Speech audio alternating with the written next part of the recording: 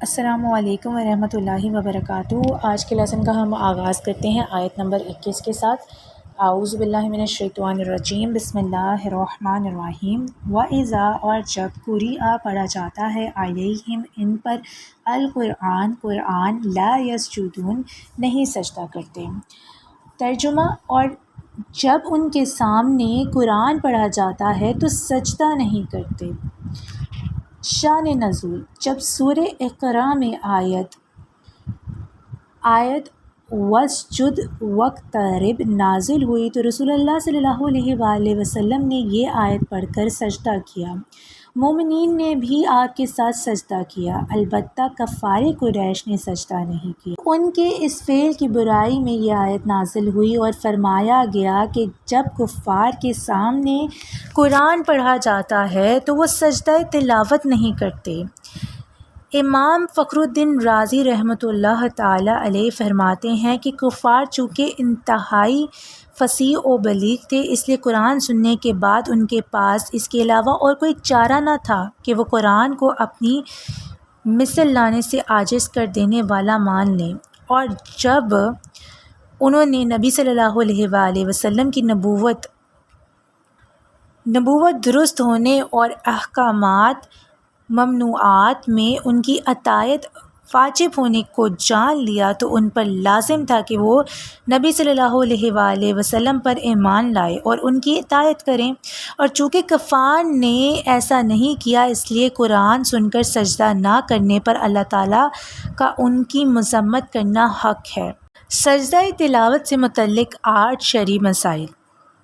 یہاں اس آیت کی مناسبت سے سجدہ تلاوت سے متعلق 8 شرعی مسائل ملاحظہ فرمائیں۔ پہلا، اس آیت سے ثابت ہوا ہے کہ سجدہ تلاوت کی آیت سننے والے پر سجدہ تلاوت کرنا واجب ہے، اور حدیث سے ثابت ہے کہ وہ آیت پڑھنے والے اور سننے والے دونوں پر سجدہ تلاوت واجب ہو جاتا ہے۔ دوسرا، قرآن کریم میں کل 14 آیتیں ایسی ہیں جنہیں پڑھنے یا سننے سے سجدہ تلاوت واجب ہو جاتا ہے، خواہ سننے والے نہ سننے کا ارادہ کیا ہو یا نہ کیا ہو۔ تیسرا، آیت سجدہ پڑھنے یا سننے سے سجدہ واجب ہو جاتا ہے، البتہ پڑھنے میں یہ شرط ہے کہ اتنی آواز سے پڑھا ہو کہ اگر کوئی عذر نہ ہو تو خود سن سکے۔ چوتھا، اگر اتنی آواز سے آیت سجدہ پڑھی ہے کہ وہ خود سن سکتا تھا مگر شور و غل یا بہرے ہونے کی وجہ سے نہ سنی تو سجدہ واجب ہو گیا، اور اگر محض ہونٹ ہلے آواز پیدا نہ ہوئی تو واجب نہ ہوا۔ پانچواں حکم، سجدہ تلاوت کے لیے بھی وہی شرطیں ہیں جو نماز کے لیے ہیں، جیسے طہارت، قبلہ رو ہونا اور ستر عورت وغیرہ۔ چھٹا، اگر امام نے نماز میں آیت سجدہ پڑھی ہے تو اس پر مقتدیوں پر اور جو شخص نماز میں تو نہ ہو لیکن اس آیت کو سن لے تو اس پر سجدہ تلاوت کرنا واجب ہے۔ اس مسئلے کا خیال بطور خاص ان لوگوں کو رکھنا چاہیے جو تراویح پڑھنے کے لیے مسجد میں حاضر ہوتے ہیں یا گھروں میں بیٹھ کر مرد یا عورتیں امام کی تلاوت کو سن رہے ہوتے ہیں۔ البتہ آیت سجدہ سننے سے عورت پر سجدہ تلاوت اس صورت میں واجب ہوگا کہ وہ اس وقت جنابت، حیض یا نفاس کی حالت میں نہ ہو۔ ساتواں حکم، سجدہ کی جتنی آیتیں پڑھی جائیں گی اتنی ہی سجدے واجب ہوں گے، اور اگر ایک ہی آیت ایک مجلس میں بار بار پڑھی گئی تو ایک ہی سجدہ واجب ہوگا۔ آٹھواں حکم، سجدہ کا مسنون طریقہ یہ ہے کہ کھڑا ہو کر اللہ اکبر کہتا ہوا سجدے میں جائے اور کم سے کم 3 بار سبحان ربی الاعلیٰ کہے، پھر اللہ اکبر کہتا ہوا کھڑا ہو جائے۔ سجدہ تلاوت کے شروع اور آخر دونوں بار اللہ اکبر کہنا سنت ہے، اور کھڑے ہو کر سجدے میں جانا اور سجدے کے بعد کھڑے ہونا یہ دونوں قیام مستحب ہیں۔ آج ہم نے 8 سجدہ تلاوت کے احکام دیکھے، تو ہمیں اب ان کو ذہن نشین کرنا ہے۔ جب بھی آیتیں آئیں گی قرآن پاک میں تو ہم نے ان تمام تر آیتوں کو سنتے وقت سننے کے بعد سجدہ تلاوت ادا کرنا ہے، اور جس طرح سے یہاں بتایا ہے اس طرح سے اچھی طرح آپ نے سمجھ کر اس کو ادا کرنا ہے۔ اگلی آیت ہم دیکھتے ہیں، آیت نمبر 22۔ بل الذین، بلکہ جنہوں نے کفروا انکار کیا، یکذبون وہ جھوٹا بتاتے ہیں، واللہ اور اللہ عالم خوب جانتا ہے، بما اسے جو یوعون وہ محفوظ کیے ہوئے ہیں، فبشرہم بس خوشخبری سنا دے انہیں، بعذاب عذاب علیم دکھ دینے والے کی، الا مگر الذین وہ لوگ جو آمنوا ایمان لائے، وعاملوا اور کام کیے انہوں نے، الصالحات اچھے، لہم ان کے لیے اجر ثواب ہے، غیر ممنون بے انتہا۔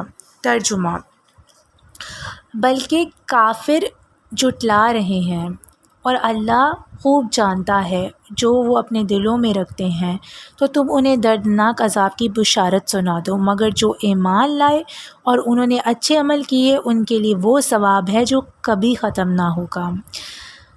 بل الذین کفروا یکذبون، بلکہ کافر جھٹلا رہے ہیں۔ اس آیت اور اس کے بعد والی 3 آیات کا خلاصہ یہ ہے کہ جن دلائل کی وجہ سے ایمان لانے کے علاوہ اور کوئی چارہ نہیں رہتا، اگرچہ ظاہر ہے، لیکن کفار قرآن کی آیات کو اور مرنے کے بعد دوبارہ زندہ کیے جانے کو اپنے باپ دادا کی پیروی کی وجہ سے یا حسد کی وجہ سے یا خوف کی وجہ سے جھٹلا رہے ہیں۔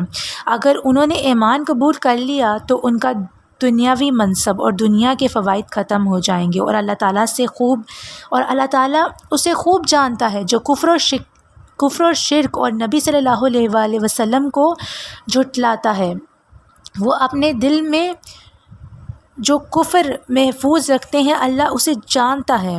تو اے پیارے حبیب صلی اللہ علیہ وآلہ وسلم، تم انہیں ان کا کفر اور عناد پر دردناک عذاب کی بشارت سنا دو، مگر ان میں سے جو لوگ کفر سے توبہ کر کے سچے دل سے ایمان لے آئے اور انہوں نے اچھے اعمال کیے تو ان کے لیے آخرت میں ثواب ہے جو کبھی ختم نہیں ہوگا بلکہ ہمیشہ رہے گا۔